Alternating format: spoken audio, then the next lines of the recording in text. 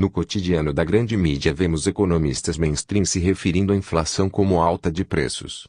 O fato é que essa proposição é uma inverdade.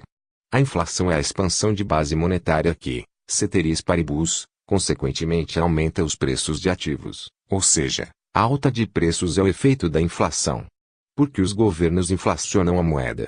Ora, é muito fácil entender. A tributação sempre é impopular e diversas vezes gerou revoluções. Acontece que a falsificação da moeda permite com que o governo possua mais dinheiro em mãos sem recorrer às formas tradicionais de tributação. Essa falsificação acarretará em um aumento dos preços e diminuição de poder de compra do povo, ou seja, uma forma sorrateira de aumentar os impostos. O padrão papel moeda fiduciária ainda possibilita uma inflação de acordo com as vontades políticas, ao passo que o extinto padrão ouro clássico não oferecia tal possibilidade. A inflação muda dependendo do cenário político. Sim. Em uma democracia a inflação tende a ser pior.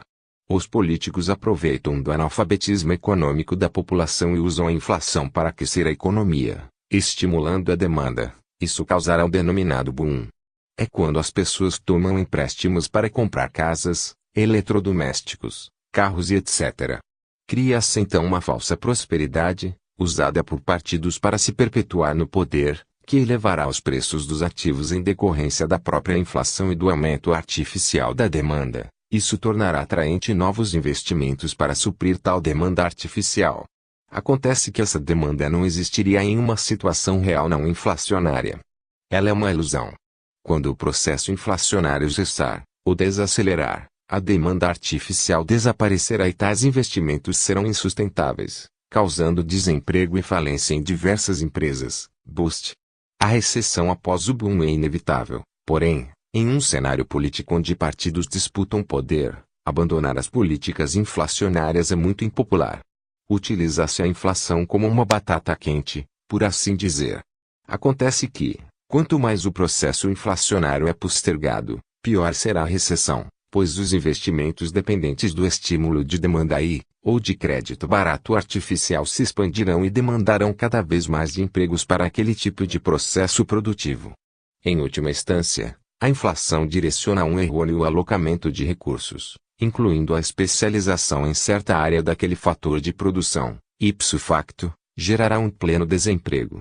Resumidamente, podemos dizer que a inflação altera o fluxo monetário entre os vários setores e estágios do processo produtivo, e cria a expectativa de um aumento ainda maior de preços, piora a já errônea alocação de recursos. A frase "a inflação é o ópio do povo", de Henry Hazlitt, ilustra muito bem a inflação em um cenário político.